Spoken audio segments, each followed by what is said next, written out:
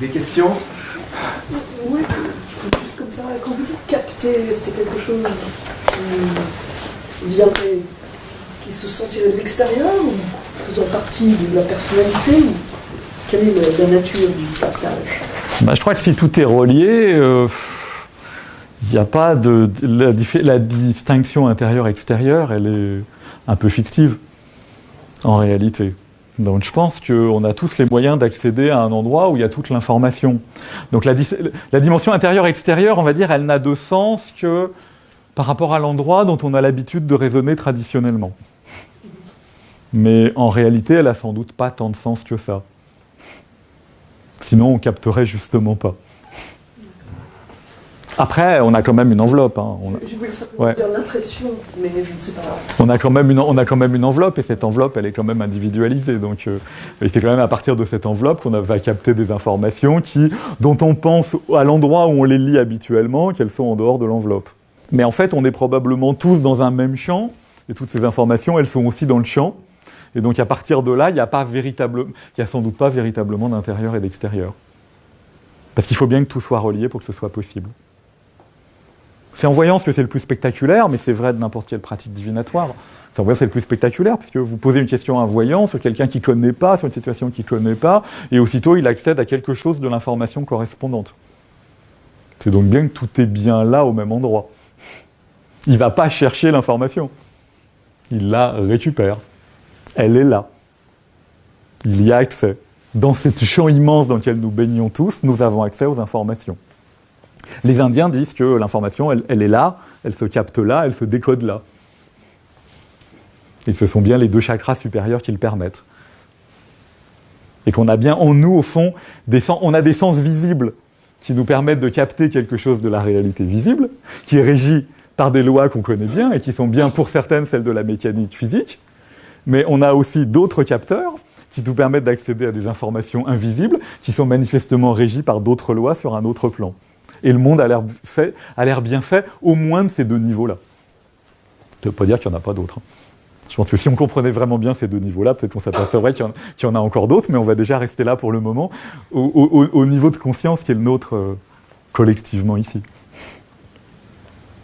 Par contre, ce qui est sûr, même si ce n'est pas tout à fait la question que vous m'avez posée, c'est qu'on a tous cette capacité-là.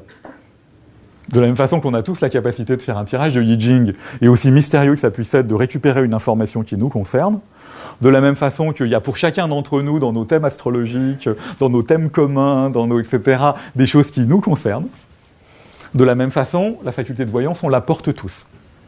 C'est une faculté humaine, naturelle, ordinaire, qu'on a simplement, pour la plupart d'entre nous, dans un monde dans lequel elle n'a pas tant d'utilité que ça, et dans lequel elle est globalement barrée par des interdits collectifs qu'on n'a généralement pas actualisés. Mais elle est là. Tous ceux qui ont fait Moi, j'ai assisté à des cours de voyance, j'ai pris des cours de voyance, j'ai assisté à des cours de voyance, Maud Christen en donne, mon ami Joël Portalier en donne, Alexis, les deux Alexis, champions tourniers, en donnent. Chacun dans des logiques différentes, avec des techniques différentes, à partir de supports différents. Et bien tous obtiennent, avec la quasi-totalité de leurs élèves, des résultats, des progressions, et des résultats en tout cas suffisamment significatifs pour bien pouvoir constater aussi factuellement que c'est bien une faculté ordinaire. Mais c'est vrai que dans la plupart des cas, elle a été tellement peu actualisée qu'elle est très très endormie. Et puis je pense que dans un monde, il y a 10 000 ans, quand la nourriture, il fallait savoir où elle était dans la forêt, on avait besoin de capteurs invisibles. On les actualisait en permanence. Dans un monde où la nourriture elle est au supermarché et où on a un GPS pour aller jusqu'au supermarché, c'est vrai qu'on s'en passe assez bien. Ouais. Vous avez parlé de livres on peut dans le livre, vous avez cité la Bible, mais en fait, est-ce qu'on peut pas le faire avec n'importe quel livre? Pourquoi la Bible en particulier? Moi, je l'ai fait avec la Bible. J'ai une amie cantatrice qui trouve de bonnes réponses dans La légende des siècles de Victor Hugo. Et Maud Christen raconte, notamment dans ses propres livres, d'ailleurs, comment, quand elle a besoin d'une réponse, elle fait tomber des livres de sa bibliothèque.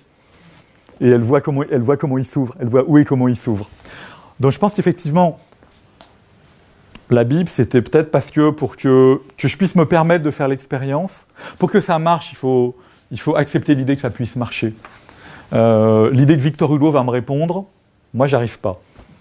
Donc moi, quand j'ai fait avec elle des expériences, j'ouvre la Légende des siècles, moi ça me répond pas. Mais parce que je pense que j'ai une telle réticence à accepter l'idée que Victor Hugo va répondre à mes questions que ça peut pas marcher. Je pense que si j'étais convaincu que Victor Hugo allait répondre à mes questions, ça marcherait aussi. Donc je pense que si ça a marché pour moi avec la Bible, comme pour d'autres, c'est parce qu'effectivement la Bible permet peut-être une ouverture a priori qui permet plus facilement à la partie de nous qui sait et qui capte de se déployer. Pardon ? Oui, mais je suis d'accord avec vous. Je pense que à Maud Christen, je lui avais dit d'ailleurs, mais vous pourriez ouvrir l'annuaire du téléphone, ça marcherait. Et c'est vrai que parfois, quand j'ai vraiment cherché parfois des réponses, il est arrivé que la réponse vienne sur des camions dans la rue. Par exemple. Vous savez, sur le nom des entreprises, sur les camions, des choses comme ça. Donc je suis d'accord avec vous, je pense que c'est pas le support qui est magique. Les affiches dans le métro. Ouais. Et je pense qu'après, chacun va avoir ses trucs, parce que chacun va développer une certaine attention, une certaine confiance, une certaine envie, donc chacun a un mode de captage. D'abord, on voit bien, d'ailleurs, dans les cours de voyance, on voit bien, de la même façon qu'on est tous différents dans nos manières de capter de l'information, plus visuel, par exemple, ou plus kinesthésique, ou plus auditif, c'est pareil dans les arts divinatoires. Il y a des voyants qui voient des images, il y a des voyants qui entendent des informations, il y a des voyants à qui on parle. Et je pense que ça tient beaucoup, effectivement, à leur mode de préférence cognitive, en fait, générale, qui se reproduisent là aussi. Donc je pense qu'il appartient d'ailleurs à chacun, pour progresser sur ces voies-là, de trouver des outils qui lui parlent, des modes qui lui parlent. Et à partir duquel on va pouvoir récupérer, finalement, ces fonctionnalités en nous. Fonctionnalités de reliance. Moi, je suis radiesthésiste. Ouais. Et je suis spécialisé dans la recherche des personnes, des objets et des animaux disparus. Ouais. Ça tous les jours. Bon. Et ça marche. Et ça marche. Et donc avec un pendule, avec un pendule. Je pense qu'il appartient à chacun en fonction de sa sensibilité, en fonction de son histoire, en fonction de sa culture, en fonction de ce qu'il a rencontré finalement, d'accéder aussi aux outils qui vont lui parler plus naturellement. Il y a aussi le sentiment d'être lié, comme vous avez parlé. Ouais. C'est ce sentiment qui est plus on pratique et plus on sent. Ouais. On sent ce sentiment d'être lié à ce qu'on recherche, à ce qu'on... Et qui est plus explicite avec le pendule peut-être, symboliquement, concrètement, qui est plus explicite. Donc qui peut-être vous parlant plus, vous a amené d'autant plus naturellement au pendule. Moi j'ai commencé avec le Yijing parce que je pense que j'avais besoin d'un texte, j'avais besoin d'une construction au départ. J'aurais pas pu aller directement à des endroits aussi spontanément immatériels. Le Yijing m'a servi comme à d'autres, de marchepied finalement, de cadre un peu quand même raisonné, structuré, cultivé, pour rentrer dans ces dimensions-là. Oui, puis il y a quelque chose en soi qui donne la réponse. C'est pas moi, c'est au-delà. Donc, dans la radiesthésie, c'est ça, c'est surtout ça. Parce que c'est en fait le mouvement inconscient qui donne la réponse. Mais je crois que c'est toujours ça. Hein.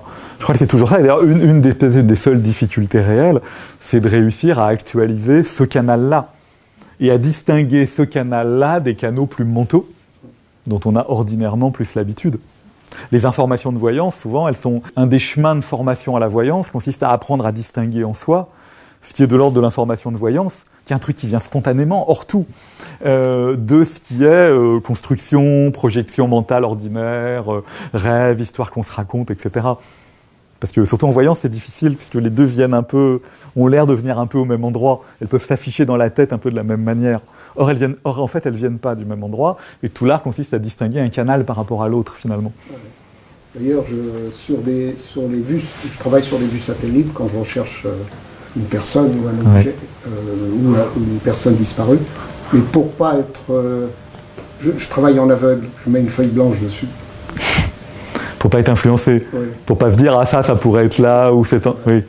Je pense que c'est tout le sens et toute la difficulté de toutes ces pratiques, finalement. C'est de nous permettre de nous connecter à un endroit, effectivement, un endroit très beau où tout est connecté, et en même temps en apprenant à se déconnecter de l'endroit où ordinairement on pense et on produit de l'information, parce que c'est pas la même information, elle n'est pas produite de la même façon.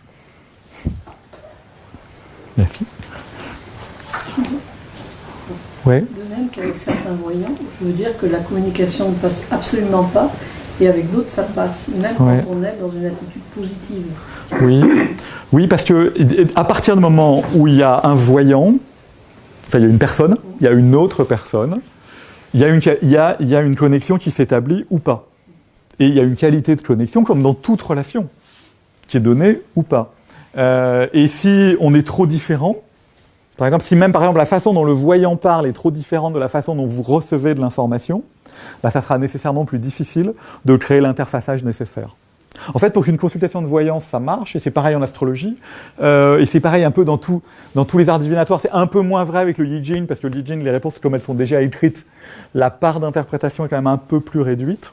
Mais dans tous les cas, il y a une dimension d'interrelation individuelle, et qui, elle, est soumise aux lois d'interrelation individuelle habituelles. En fait, pour bien faire, il faut trouver un voyant ou un astrologue, etc., avec qui spontanément on est assez bien relié, avec qui on n'a pas de mal à se connecter, qui parle une langue qu'assez facilement on comprenne. Et en plus, il faudrait quand même prendre le temps de développer j'ai envie de dire, le logiciel d'interfaçage nécessaire. Comme dans toute relation, au fond. Parce que c'est une relation. Moi, avec Maud Christen, par exemple, je l'ai consultée un certain nombre de fois, j'ai appris à la consulter. J'ai développé le logiciel nécessaire pour m'interfacer avec elle. Pour être capable de comprendre d'où elle parlait, ce qu'elle disait, comment ça pouvait s'interpréter chez moi, de quoi je devais le défiltrer, comment ces mots faisaient écho ou pas aux miens. Parce que le problème, c'est qu'à un moment donné, même si c'est de l'information de voyance, ça redevient des mots, de l'expression. Et quand j'emploie un mot, même si je l'emploie d'un endroit juste, vous allez l'entendre d'un autre. Et ça, si on ne travaille pas un peu ça peut être très compliqué, en réalité. C'est pour ça que je pense qu'il y a plein de cas où le voyant voit des choses exactes, mais il n'arrive pas à les transcrire dans un langage qui soit suffisamment le nôtre, par exemple, pour qu'on les entende. En tout cas, c'est tout à fait possible. J'ai une anecdote très idiote à ce niveau-là, mais très très simple. Mon amie Joëlle, un jour, elle avait un de ses clients réguliers qui était le patron d'un club de football en région parisienne. Un gros club de football amateur.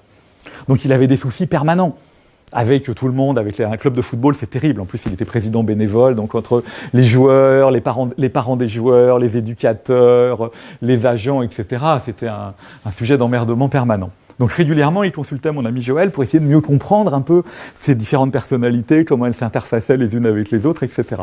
Et un jour, il évoque quelqu'un devant Joël. Et il lui dit, tiens, qu'est-ce que tu vois sur lui? Elle lui dit, ah oui, c'est l'entraîneur de l'équipe des vieux. Bon, il dit non. Non, d'ailleurs, on n'a pas d'équipe vétéran, nous. Elle lui dit si. Il lui dit non, je sais bien qui c'est et ce qu'il entraîne. Elle lui dit, je comprends pas, j'ai le mot senior en permanence sur lui. Elle avait capté une information exacte, c'est qu'il était l'entraîneur de l'équipe senior. Sauf que si elle ne savait pas, parce qu'elle ne connaît rien au monde du football, c'est que dans un club de football, l'équipe senior, c'est juste l'équipe 1. C'est juste les plus matures, c'est pas les vieux. C'est ceux qui sont plus dans les catégories de jeunes. C'est plus les poussins, les cadets, les juniors. Et donc, elle était partie d'une information exacte, et elle l'avait retranscrite de façon fausse. Ça, c'est un des grands problèmes de la voyance. C'est que même quand l'information est exacte, et si elle vient bien du bon canal, elle sera certainement exacte. Si elle n'est pas polluée, si le voyant est bien connecté au bon endroit, l'information sera exacte. Vous voyez, on a ce problème d'interprétation, qui est super important, parce qu'il ne faut pas oublier qu'on croit que parce que c'est de la voyance, tout de suite, il va venir de l'information exacte. Il va venir tout de suite de l'information, mais cette information, si ce n'est pas une information purement factuelle, très simple, elle est aussitôt formulée, donc interprétée, donc recodée, et après, à vous de la décoder dans votre langage à vous. Et là, bien sûr, il peut y avoir beaucoup de friture sur toutes ces lignes-là. Ouais. Vous disiez à raison que dans la voyance, quel que soit le support, le futur était souvent erroné par rapport au présent et au passé. Ouais. Comment faire en sorte d'avoir de meilleurs résultats?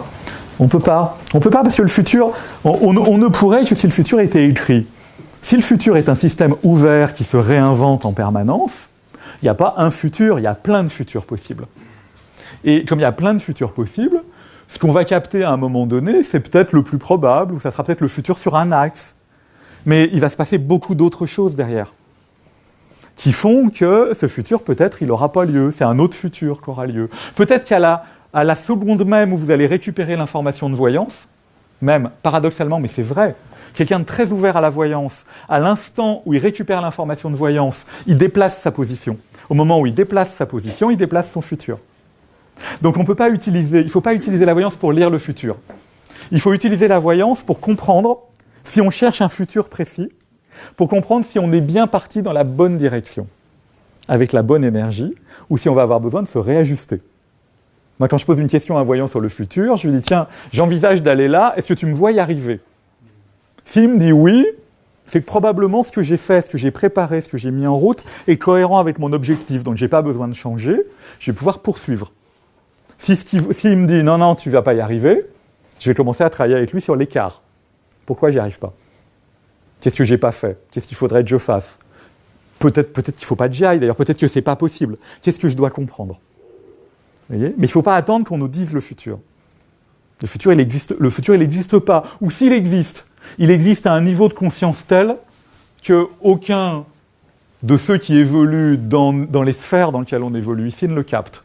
Peut-être que Bouddha aurait accès à toutes les causes et toutes les conséquences et pourrait peut-être lire tous les futurs. Mais à son niveau, à l'endroit où il est, de toute façon, il s'en fout complètement. parce qu'il est totalement dans le présent. Vous voyez? Mais sinon, on capte des choses. Une anecdote que j'aime bien, qu'Olivier connaît, qui concerne un de ses amis. Parce que c'est un des rares cas où je connais quelqu'un qui est allé voir sur la même question deux voyantes. Deux voyantes. Les deux voyantes lui ont dit la même chose. Lui ont décrit le même futur, qui n'a pas eu lieu. Mais c'est intéressant, l'exemple est intéressant. Parce qu'on connaît toute l'histoire. Donc imaginez un homme qui s'intéresse à une de ses collègues de travail. Te dit, j'aurais bien une histoire avec elle, peut-être qu'on pourrait faire quelque chose ensemble, elle m'intéresse. Il va voir deux voyantes différentes et il partait en voyage professionnel avec elle. Donc il se disait, est-ce que c'est pas le moment qu'il se passe quelque chose?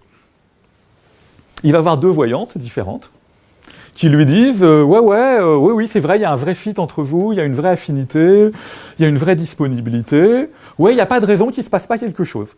Et oui, ce voyage professionnel pourrait être une bonne occasion pour vous, effectivement, de mettre quelque chose en route. Ok, il part, ragaillardi. Ils se retrouvent en déplacement, ils vont dîner, il lui déclare son intérêt. Elle lui dit oui, moi aussi je suis très intéressée. La voyance est juste, à cet endroit-là.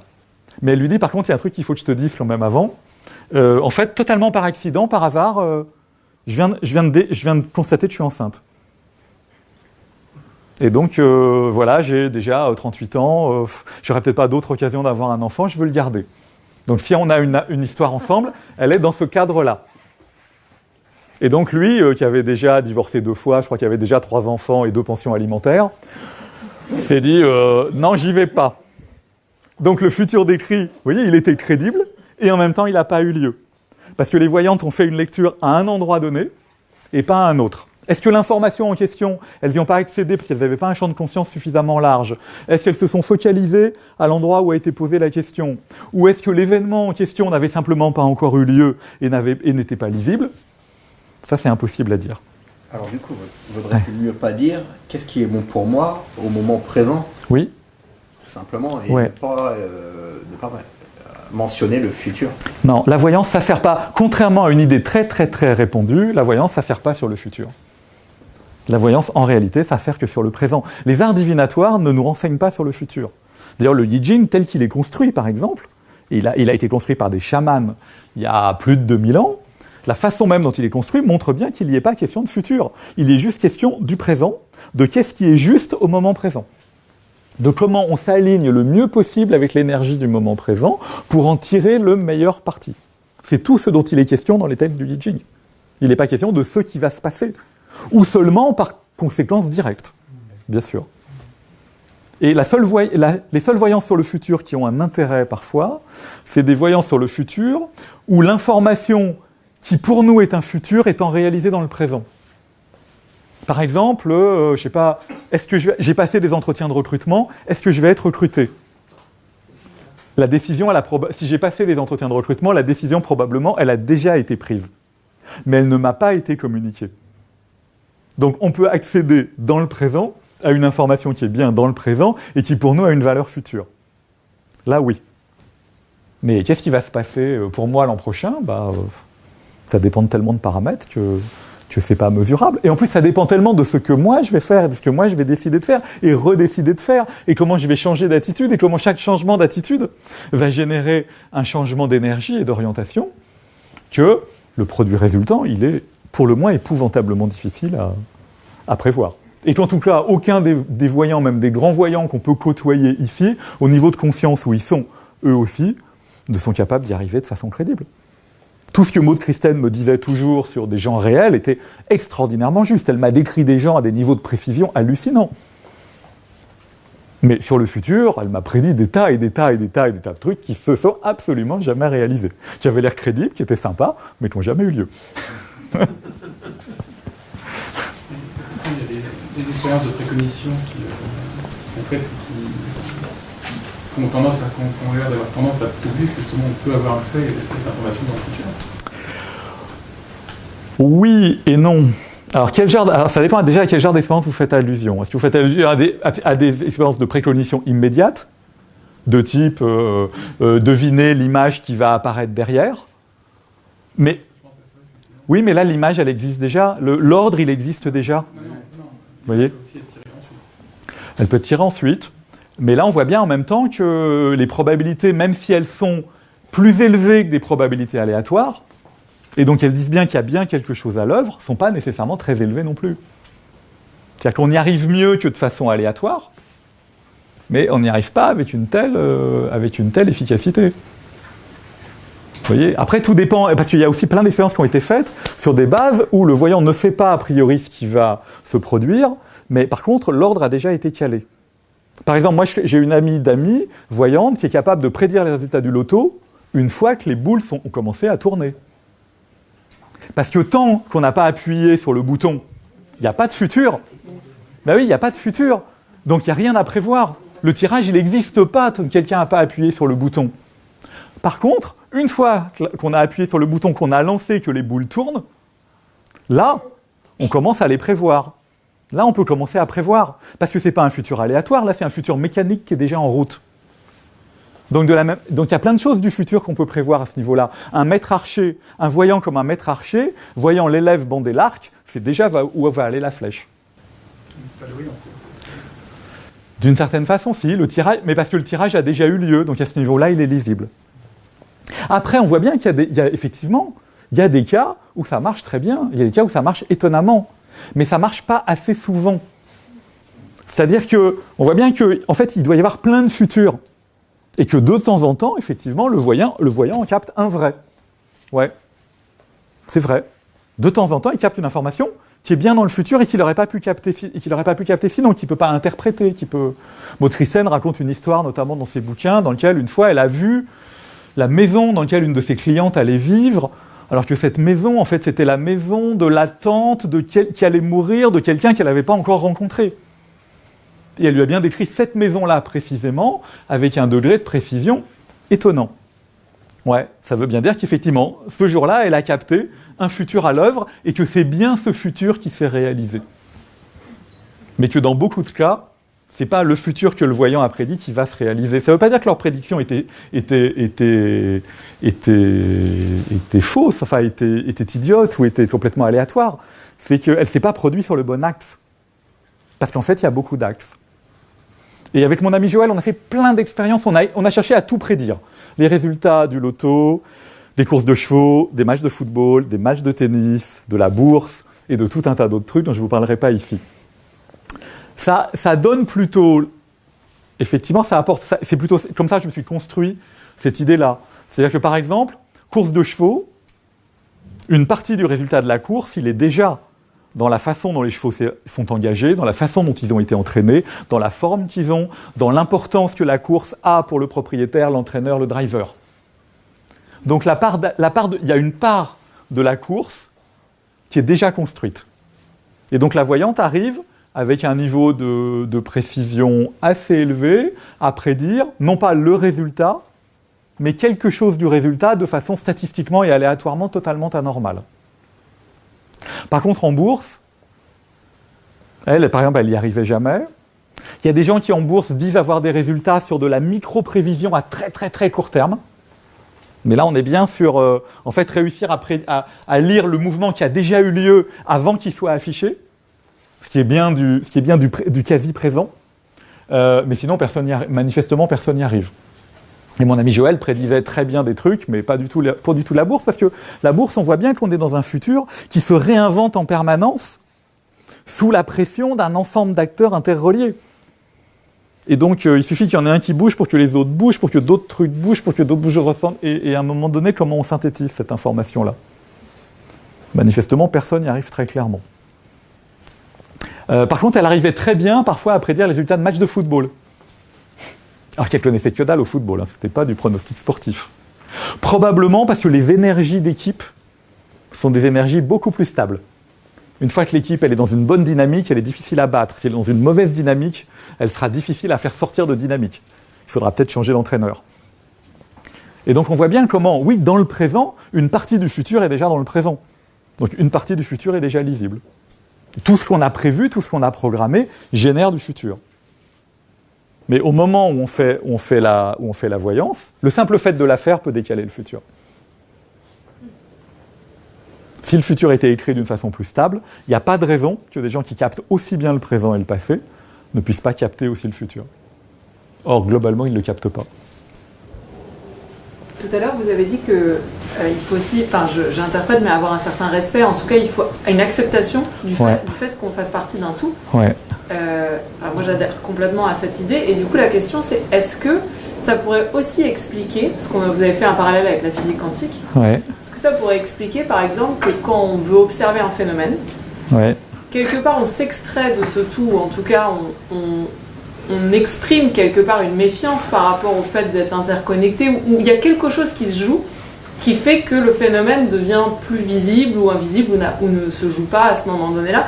Est-ce que c'est pas justement dans le fait de vouloir absolument utiliser ces autres filtres qu'on a, qui sont des filtres mentaux, qui font qu'à ce moment donné-là, parce qu'on est dans l'observation scientifique, on a court-circuité les autres filtres et cette acceptation du fait qu'on soit... qu'on fasse partie d'un tout et qu'il ne faut pas forcément toujours essayer d'expliquer, mais l'accepter, quoi.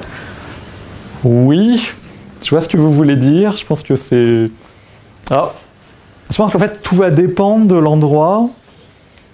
On peut consulter les arts divinatoires, comme les anciens certainement les consultaient, avec un immense respect pour l'information qui va apparaître. Donc je pense qu'il n'y a pas nécessairement déconnexion dans l'acte de consultation au sens large du terme. Mais par contre, il y a un risque de déconnexion.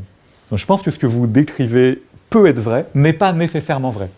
Vous voyez, mais peut être vrai et peut expliquer certaines dérives de tirage. Je pense qu'on peut polluer des tirages. Je pense qu'un tirage de tarot, par exemple, est facile à polluer, techniquement pour des raisons de manipulation.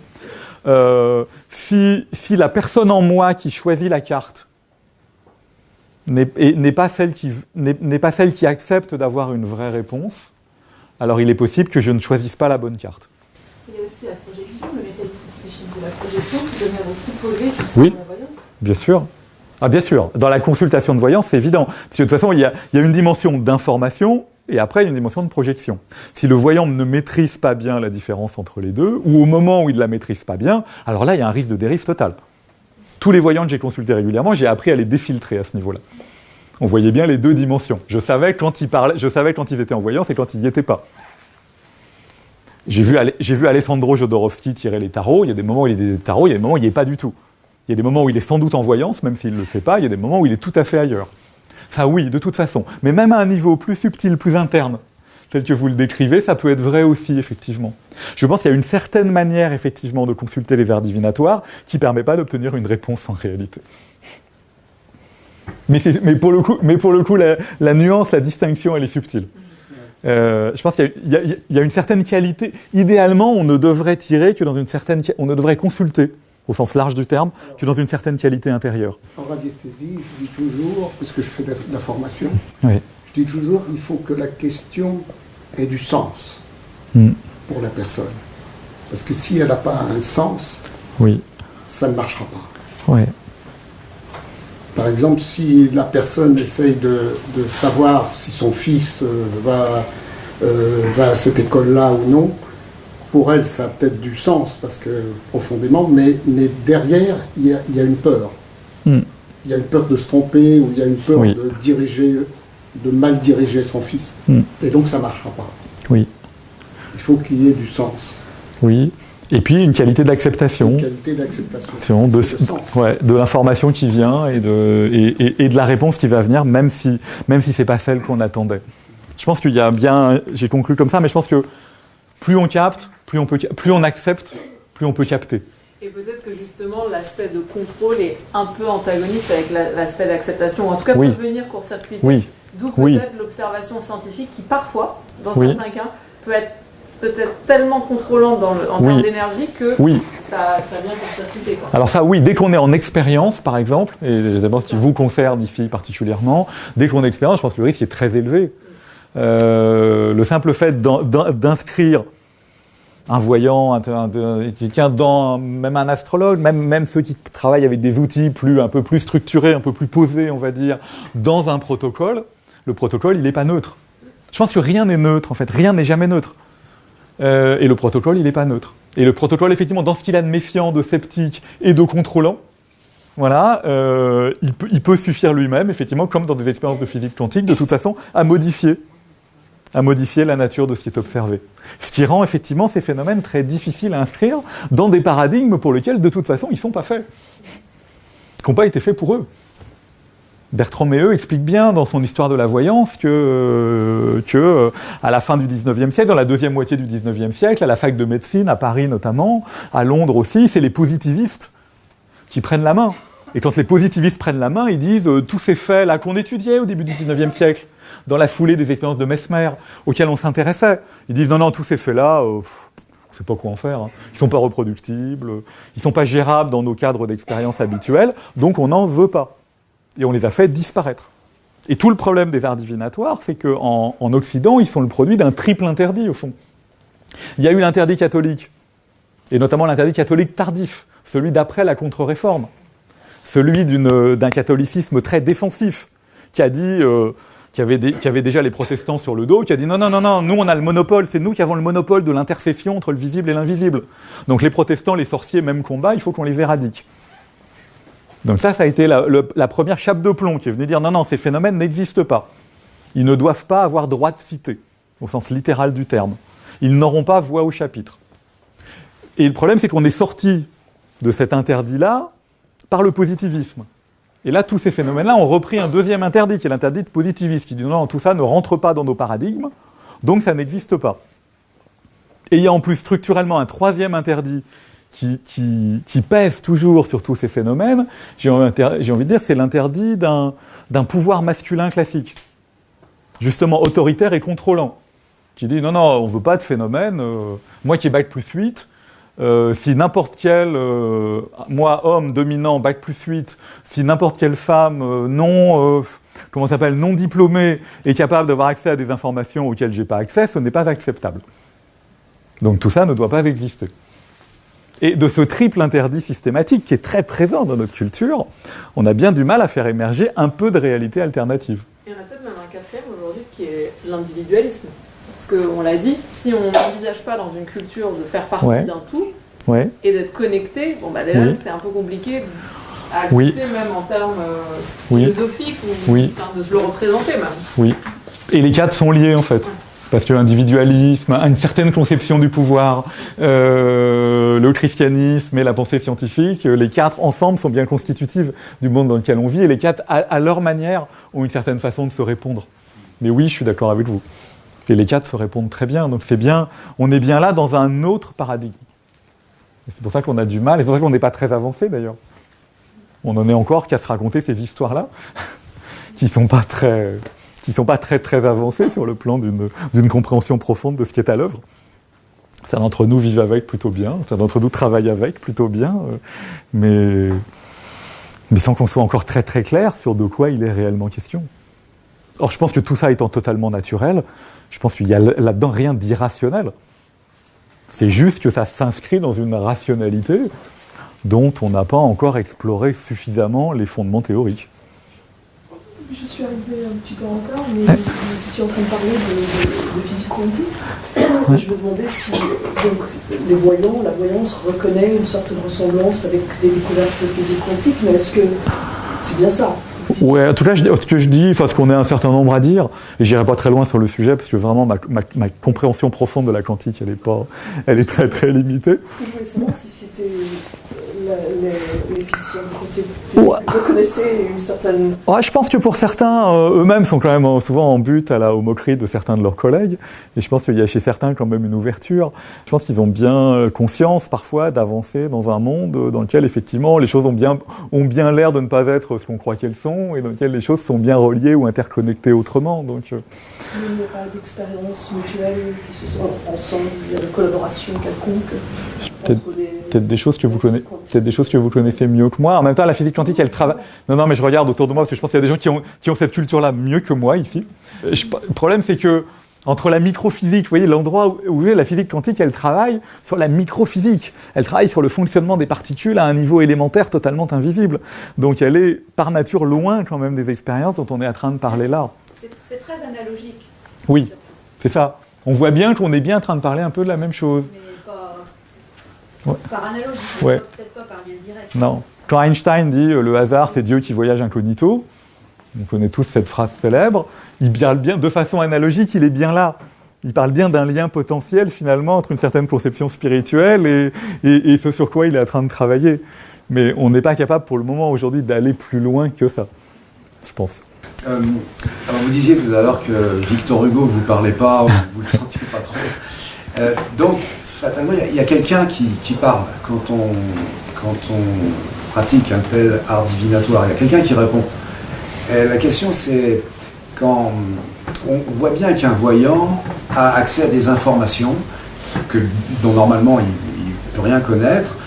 Et on se dit voilà, que nous sommes tous reliés, qu'il y a un champ d'information et que dans un certain état, on y a accès.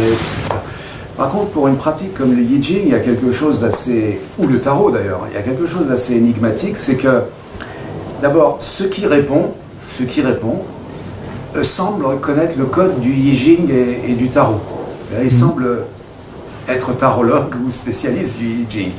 D'ailleurs, non seulement il a des informations sur ma situation, mais il connaît les 64 textes, les 64 images, plus tous les développements. Oui. Et de plus, il est capable de guider ma main, qu'il s'agisse de pièces. Donc lui, la physique quantique, il est même bien au-delà. Hein. Il connaît toute la manière dont les choses vont se dérouler.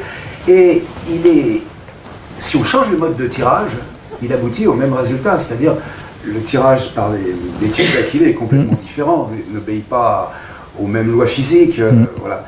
Donc, on se demande quelle est cette chose omnisciente qui est tarologue ou spécialiste du I Ching et qui, de plus, agit sur la matière de manière telle que ça tombe toujours sur l'information dont j'ai besoin pour ma pauvre petite situation bien particulière.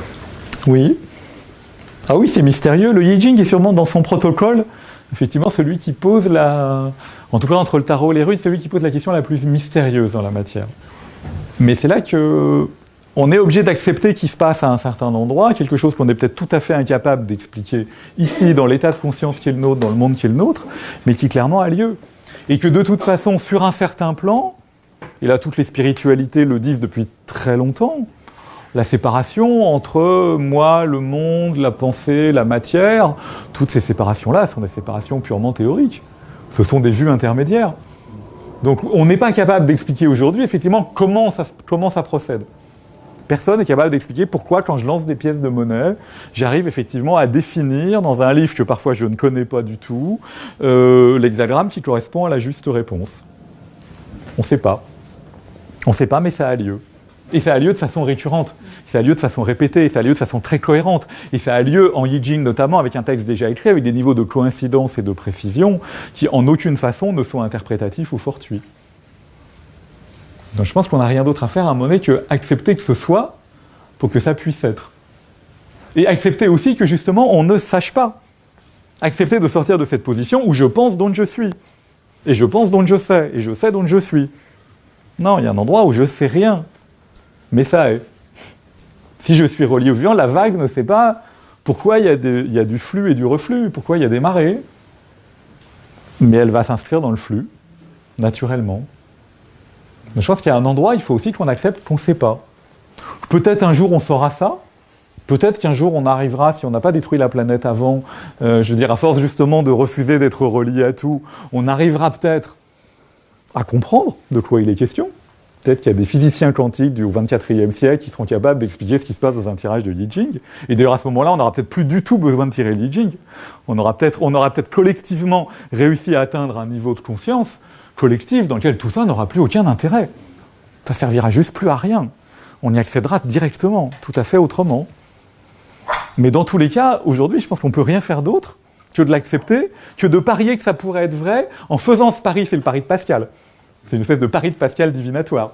En faisant ce pari de se mettre en position de capter, en captant, de constater que ça marche, en le constatant et en l'acceptant, de récupérer d'autant plus d'informations pour fonctionner d'une manière toujours plus juste et plus fluide.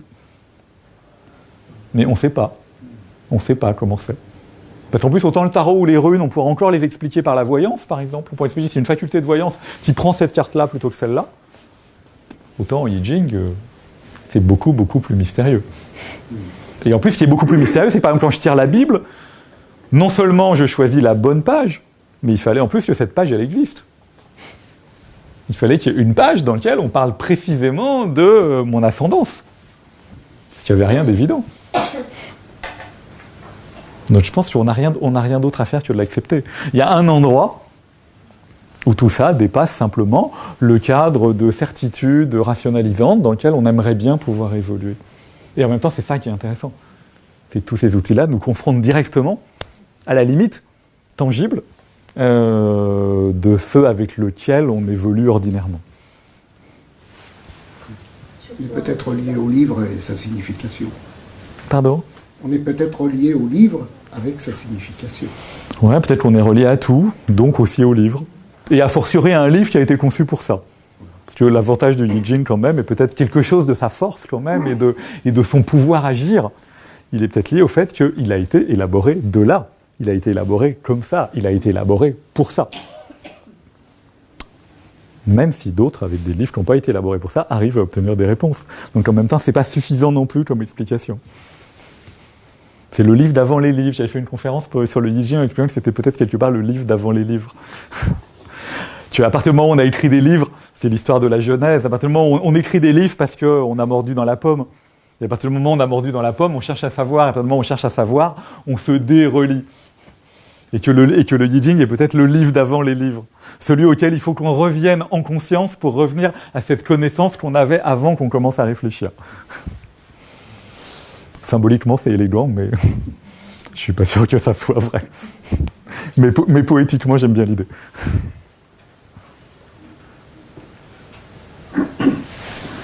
Ouais. Poser une question personnelle. Autre que les arts divinatoires, pour développer vos perceptions, est-ce que vous avez utilisé d'autres méthodes telles la parapsychologie ou la lithothérapie ? Non.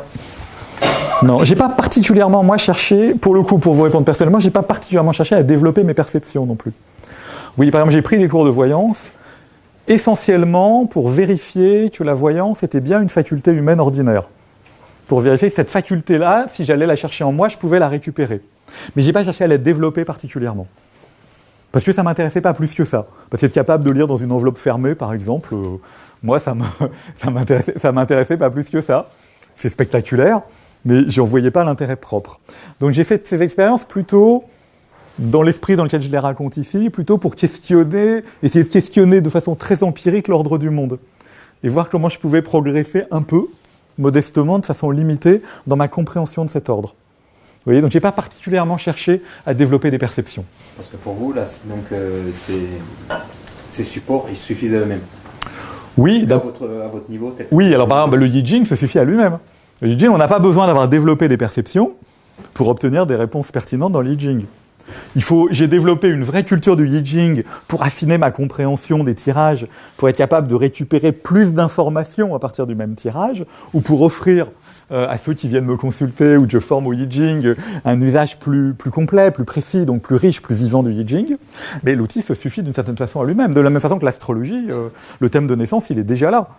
Il faut qu'on apprenne, on peut apprendre à mieux l'interpréter, à récupérer plus d'informations dedans, une information plus fine, moins rudimentaire, sur des plans de conscience plus élevés, mais l'information, elle est déjà là. Les outils nous donnent déjà accès à cette information. Après, on peut développer ses propres facultés de perception si on en a envie.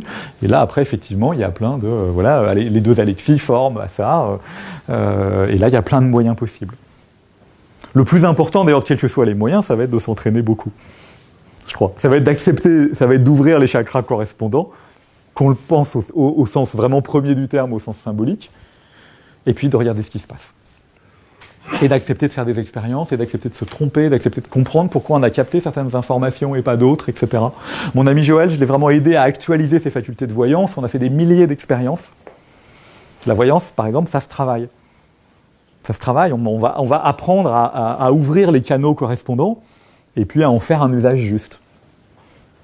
Et après, il y a plein de méthodes pour ça. Mais moi, je ne suis pas allé très loin, en la matière, pour le coup.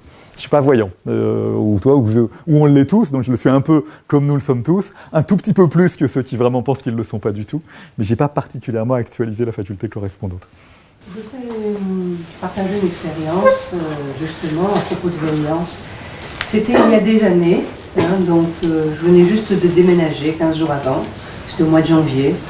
Et sur l'invitation d'une amie, je suis allée consulter une voyante, mais sans vraiment de questions. J'arrive devant elle et elle me dit « Oh là là, vous allez être expulsé de votre appartement. » Je dis « Non, non, c'est pas possible. Je viens juste d'emménager, mon propriétaire est quelqu'un de très correct, il n'y a aucun souci. » Elle me dit « Écoutez, c'est pas compliqué, ça va être au mois de septembre. Je vois, c'est le matin, je vois l'huissier qui rentre chez vous avec le commissaire de police. » Bon, ça m'a bouleversée, évidemment, parce que l'idée qu'on allait me mettre hors de chez moi, ça ne me faisait pas plaisir. Bon, je rentre chez moi, je vais voir la gardienne de l'immeuble et je commence à lui poser des questions sur le propriétaire. Je lui dis, ben voilà, j'habite à l'appartement.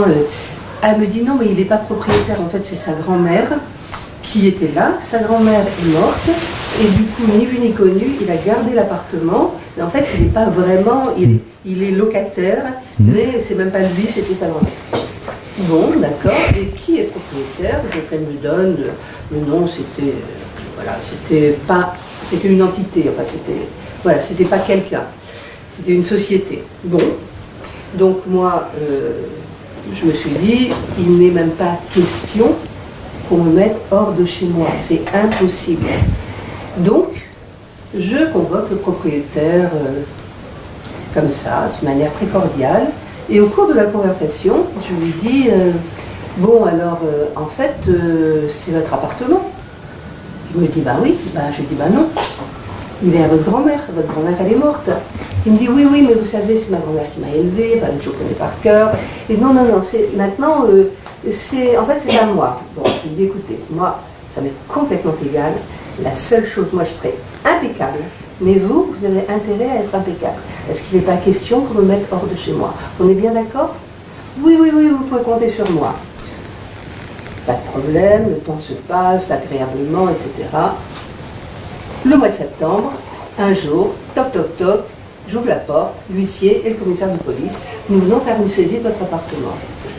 Et voilà, m'y voilà, donc aucun problème, donc j'explique, évidemment, toute l'histoire. Donc, je lui dis, vous voulez voir, voilà, il y a des objets qui sont spécifiquement à lui, il y a des choses absolument splendides dans cet appartement. Je prends mon téléphone et, évidemment, pendant qu'ils font l'enlever, j'appelle la société qui est propriétaire. Et qui me disent, je lui dis, voilà ce qui se passe. Ah oui, mais vous avez peut-être payé à lui, mais lui, il n'a pas payé le loyer. Donc, on vient pour vous expulser. Alors, j'explique mon histoire. Et donc, la société, ils ont été impeccables, ils me disent, madame, vous savez quoi? On ne vous connaît pas. Donc vous restez. On ne vous connaît pas. On ne vous saisira rien. On va juste saisir ce qui est au monsieur en question. Après, bon, évidemment, le monsieur en question, c'était un escroc. L'histoire s'est terminée. Je suis restée 3 mois de plus et un jour, je suis partie. Tout ça pour dire que l'information, elle était là. Mais j'ai eu mon degré de liberté. Si jamais je n'avais pas eu cette information, j'aurais subi. Comme j'avais ce degré de liberté, j'ai organisé pour pouvoir, on va dire, entre guillemets, maîtriser le processus. Mais n'empêche que l'information, elle l'a vue. Je lui ai dit, c'est faux, c'est impossible. Et elle m'a dit, je vous certifie que je vois cela.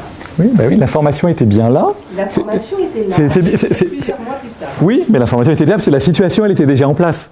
Oui, tous les éléments, tous les ingrédients de la situation, ils étaient déjà posés. Donc le futur associé, il était déjà là. Elle l'a vu. Si elle l'a vu spontanément, comme ça, en entrée, c'est probablement parce que cette information était importante, elle devait vous être transmise. Oui. Donc elle l'a récupérée d'autant plus facilement. Et on voit bien que le futur n'étant pas écrit, il y avait un futur prévu. C'est-à-dire que tel que les choses étaient disposées pour le moment, ça devait mener à votre expulsion. Mais ce futur, il n'est pas écrit, il n'est pas absolu. Donc bien évidemment, et notamment une fois qu'on le connaît, ou qu'on le lit, si on le lit mieux, on peut se réajuster par rapport à la situation et modifier le futur. C'est bien ça dont il est question, c'est bien là où la voyance est très opérante, elle est opérante dans le présent. C'est dans le présent qu'il y avait bien un problème qui risquait de conduire à votre expulsion. Et c'est dans le présent que la voyance a été faite. Mais c'est pas toujours le cas. Mais c'est pas toujours le cas. Je suis d'accord. C'est le plus souvent le cas, c'est là où elle est le plus opérante, c'est là où on a les résultats les plus spectaculaires, mais c'est pas toujours le cas. Je suis d'accord. Il y a des choses qui viennent parfois sur des futurs, parfois parce qu'effectivement, de toute façon, le futur, il est déjà très opérant et il aura donc bien lieu. Des futurs totalement improbables. Mais il y a aussi de temps en temps des flashs sur des futurs improbables. Pour vous raconter une anecdote personnelle, en 88, on m'a prédit, lors d'une séance, je ne sais pas où ça avait lieu, je ne me souviens plus, j'avais terminé par une amie, une séance de spirit, genre salle psyché, mais c'était pas là-bas. C'était pas là-bas. Et je croyais pas du tout à tout ça, et le monsieur, je pense que c'était Henri Vigneault, mais je ne suis pas sûre. Il me regarde, se met à rire, et me dit oh, j'ai drôle de vision, je vois votre ventre qui gonfle, vous aurez un enfant.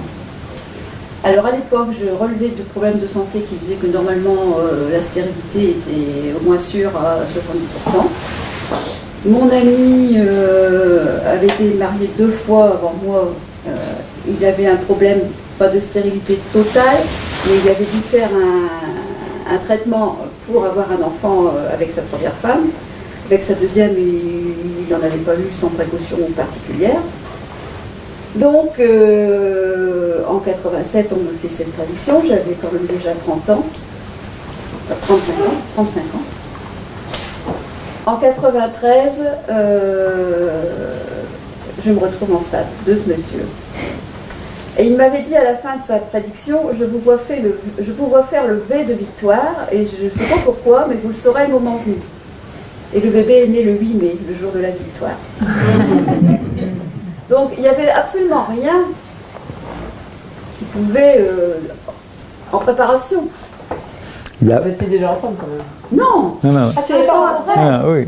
Tu l'avais même pas encore rencontré à ce moment-là? Si, mais j'avais rencontré ce monsieur, mais j'ai eu le bébé 5 ans après la prédiction. Oui, mais ce que je veux dire, c'est que votre relation à vous était déjà là quand même. Elle était déjà là, c'est tout. Oui.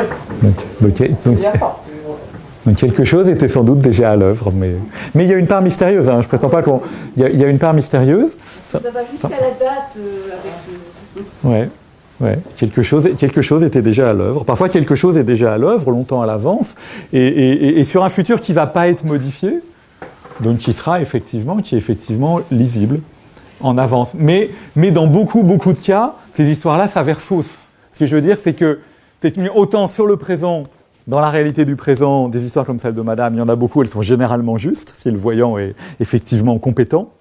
Des prédictions comme celle qui a été juste pour vous, beaucoup, au final seront fausses. En tout cas, ne s'avéreront pas.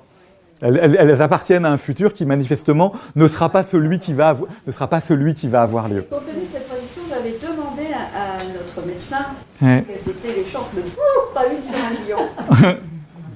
Mais est-ce que vous aviez un désir d'enfant? Absolument pas, j'avais déjà 2 enfants. D'accord. Il y a de toute façon des choses qui nous échappent. Hein. J'aime réfléchir sur ces sujets-là pour comprendre de quoi ils parlent et qu'est-ce qu'ils peuvent nous enseigner. Mais c'est pas pour ça qu'une bonne partie de ce dont il est question ne va pas de toute façon tout à fait nous échapper. Et quid de la numérologie? J'ai pas de culture en matière de numérologie, donc moi j'ai rien à dire sur le sujet, mais c'est pas parce que c'est pas un sujet, c'est parce que pour le coup j'ai ni expérience ni culture en la matière. C'est pas un sujet que j'ai investigué les 5 qu'on a évoqués et dont je vous ai parlé, c'est déjà pas mal. Et encore, je suis loin d'avoir... il y en a sur lesquels j'ai encore beaucoup de travail à faire. Mais en numérologie, j'y suis jamais allé. J'ai pas une appétence particulière pour les nombres. Là aussi, je pense que ça parle de moi de façon très idiosyncrasique. J'ai beaucoup plus d'appétence pour les mots et pour les images que pour les nombres. Donc je pense qu'un exercice qui se fonde sur les nombres ne m'a pas été un exercice naturel. Il y a tout un champ, effectivement, là, mathématico-numérologique que je connais absolument pas. C'est une autre intelligence, c'est encore un autre langage. Et celui-là, je dois dire que je suis pas très bon dans ce langage-là. C'est une langue que je parle pas.